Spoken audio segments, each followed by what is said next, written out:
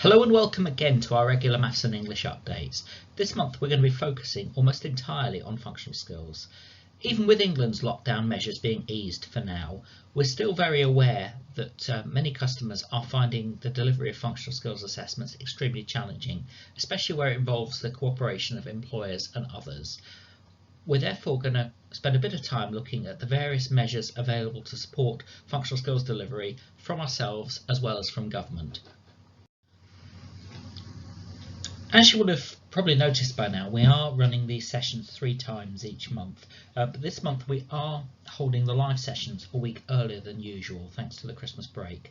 Much as we're dedicated, we didn't think you'd appreciate us interrupting your festivities during the latter part of this month.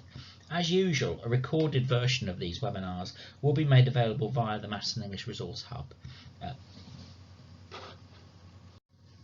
Thank you again for all of your questions. We've now collated the questions from the last month's 3 sessions and we're going to keep adding to them.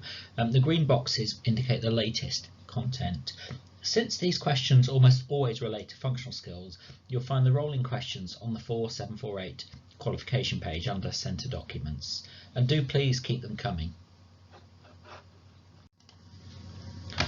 Okay, it's time for this month's In Case You Missed It. Following the introduction of the legal entitlement for digital skills and the publication of new digital standards, awarding organisations are beginning to launch new suites of qualifications which will be funded through the education budget in England. We're very pleased to announce that Sitting Girls has started work on its essential skills, digital skills qualifications, with a view to launching them in late summer 2021. Do keep an eye out for updates on the website and the opportunity to work with us in the development of this new suite of qualifications. Another, in case you missed it, and this is a really important one, the government has just launched a call for evidence about qualifications at level 2 or below accessed by post-16 learners in England. It's part of a wider review of the qualifications landscape as T-levels and other initiatives are rolled out, but there are a number of proposals and suggestions with quite significant ramifications for maths and English. As always with a public consultation like this, the number of responses can be critical in guiding what happens next. Sitting Girls will be responding corporately to these conversations, but it's important that you have your say too.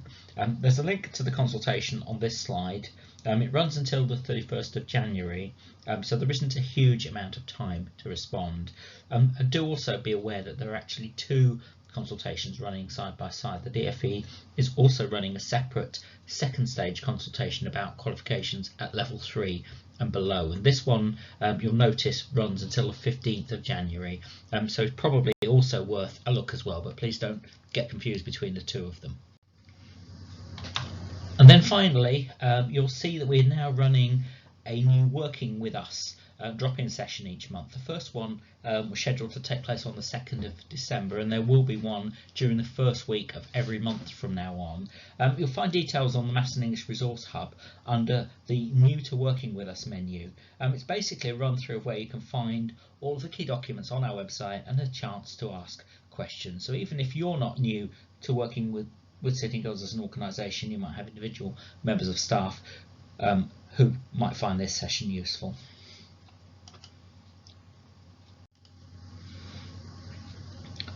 A little bit of technical information about the Evolve upgrade that's recently taken place. You'll be aware that the Evolve upgrade is now in place. There is a set of FAQs that is being collated and added to based on the various questions that are coming in from customers, but just to touch on some of the really sort of frequently asked ones.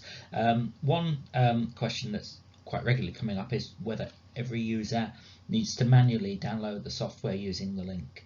And the answer to that really is that each user doesn't actually personally need to install the software. It only needs to be put on each of the machines that they're using. And there's a question about the role of their IT department, and it is usual practice for the IT department, and we're thinking obviously about large organisations, to install the software because they will have the admin rights to do so. But having said that doesn't mean that they'll be needed to run the tests. Another question, which is do we need to uninstall existing Evolve software? Uninstalling the old Evolve client isn't mandatory, but you may find some users may try to launch the old one if it's still on the desktop, so there probably may well be good practice to remove it. Will each user receive a password individually? And the answer to that is each individual user will be sent a link to reset their own password, and there'll be details to do that with that link. There's more detail about that in the user access guide that's already on the Evolve microsite. It's quite a long link to it, but if you follow the pages from sittingcodes.com/evolve, but it'll also be sent to centres and learners with the reset password and security questions email. Another question which I know is coming up quite a lot is about employers needing to install the new software, and really yes, that will be the case if tests are taking place at employers' premises using Secure Client. Basically any machine which is being used to deliver tests will need the Secure Client software installed, and obviously if you're doing it from now on you'll need the new version of that software. So on to the main topic. This is sort of a phrase that came from our managing director. It's really talking about the situation and challenges associated with delivering functional skills. And I think here we're talking particularly about the assessment of functional skills. And I think it's always important to say that's only part of the picture. The teaching and learning bit is quite an important part of the situation as well. But in current situations, I think we're very conscious that there is a shared challenge, but also a shared opportunity to change some of our thinking and approach things slightly differently to the way that we might have done things in previous times.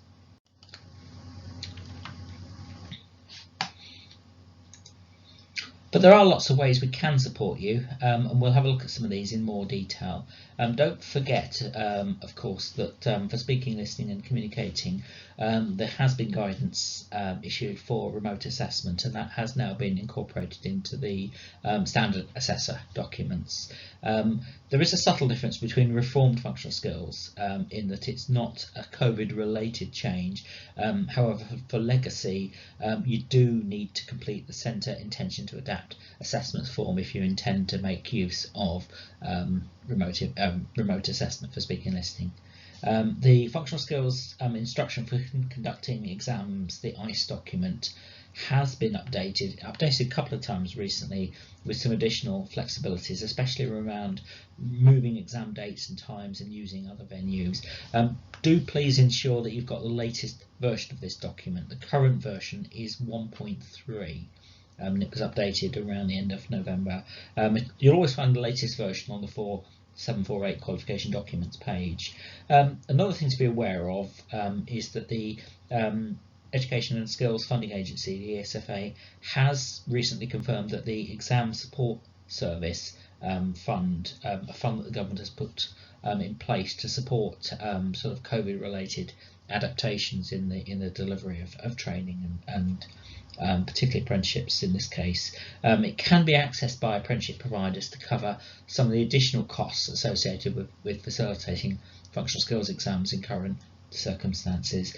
And of course, I think we've mentioned this in previous sessions, the take the test rule for level 2 apprentices who are required to achieve Maths and English at level 1 remains suspended until at least next March.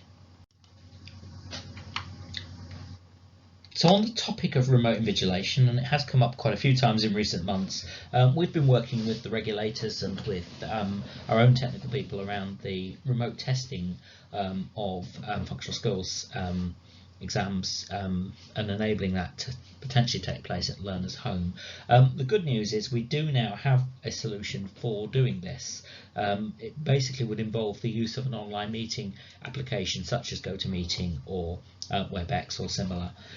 Following the recent upgrade of the Evolve platform that we were talking about a moment ago, we will now be able to offer functional skills testing without the need for candidates to download the Secure Client software, which I know has been a barrier in some cases, particularly where corporate devices are being used.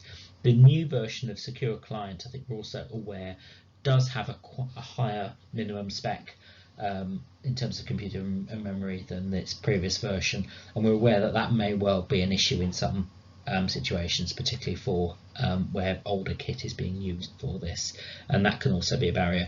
So what we will be doing is launching the web-based remote invigilation solution rather than trying to sort of muddle through with a version that involved Secure client having to be used in as was the case of the recent pilot that we've been running. This new development does need a little bit of further testing before it can be rolled out. So the planned webinar that we arranged for the first week of December did have to be postponed just to ensure that we could sort of get through that testing process and make sure that all of the briefing was in place fully to roll this out properly.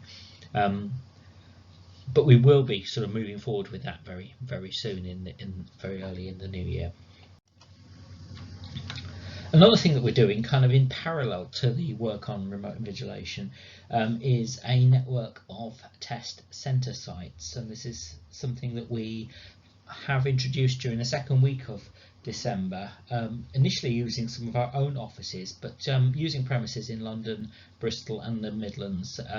A communication went out sort of at the end of the first week of December with some further information about that. So if you may have seen that, one of the things that went with that was the test centre needs survey, which was particularly important in terms of us planning kind of the need and the sort of volumes that might be involved in terms, and particularly the locations that might be used. So if you haven't seen that email, it might be worth digging that out and making sure that you received it, and if necessary kind of completing that form to express your interest in being involved in that process. Finally, just to kind of move on, as always, we would welcome your questions via the pre-employment mailbox, and you're welcome to send any further ones that come to you. Which now brings me to the end of this session. Kind of obviously all the best for the festive season, and we'll be back in January with another regular Maths and English update.